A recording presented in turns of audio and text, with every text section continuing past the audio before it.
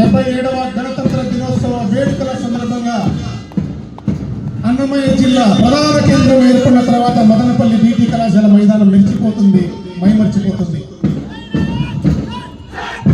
Platoon parade commander గా reserve inspector M పెద్దయ్య గారు, 1 మరియు 2వ ప్లాటూన్ యావ ప్లాటూన్ సార్.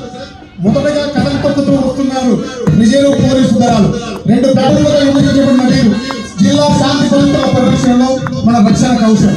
వీరి అడుగులలోని పట్టుత్వం పోలీస్ శాఖ దృఢత్వానికి నిదర్శనం. తర్వాత సివిల్ పోలీస్ సార్. తదుపరి నిరంతరం ప్రజల చెంత ఉంటూ సేవలు అందించే సివిల్ పోలీసు పురుషుల విభాగం.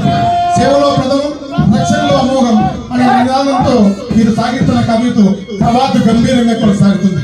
తర్వాత సార్ ఎక్సైజ్ డిపార్ట్మెంట్ సమాజ హితం కోసం అక్రమ రవాణా అరికట్టడంలో కీలక పాత్ర పోషిస్తున్న ఎక్సైజ్ సార్ ప్లాటూన్ ఇప్పుడు మన ముందుకు వస్తుంది. తర్వాత సివిల్ పోలీసు ఉమెన్ సార్.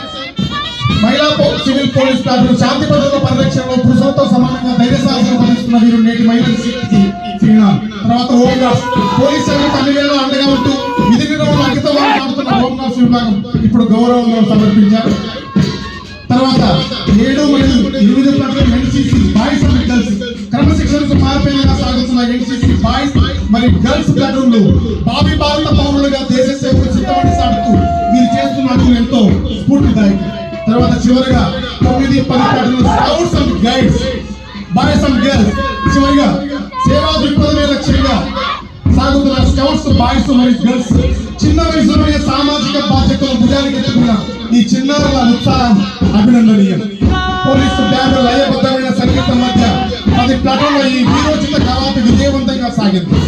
ఈ ప్రదర్శనను పర్యవేక్షించిన కమాండర్లకు మరియు పాల్గొన్న ప్రతి ఒక్కరికి కూడా ధన్యవాదాలు.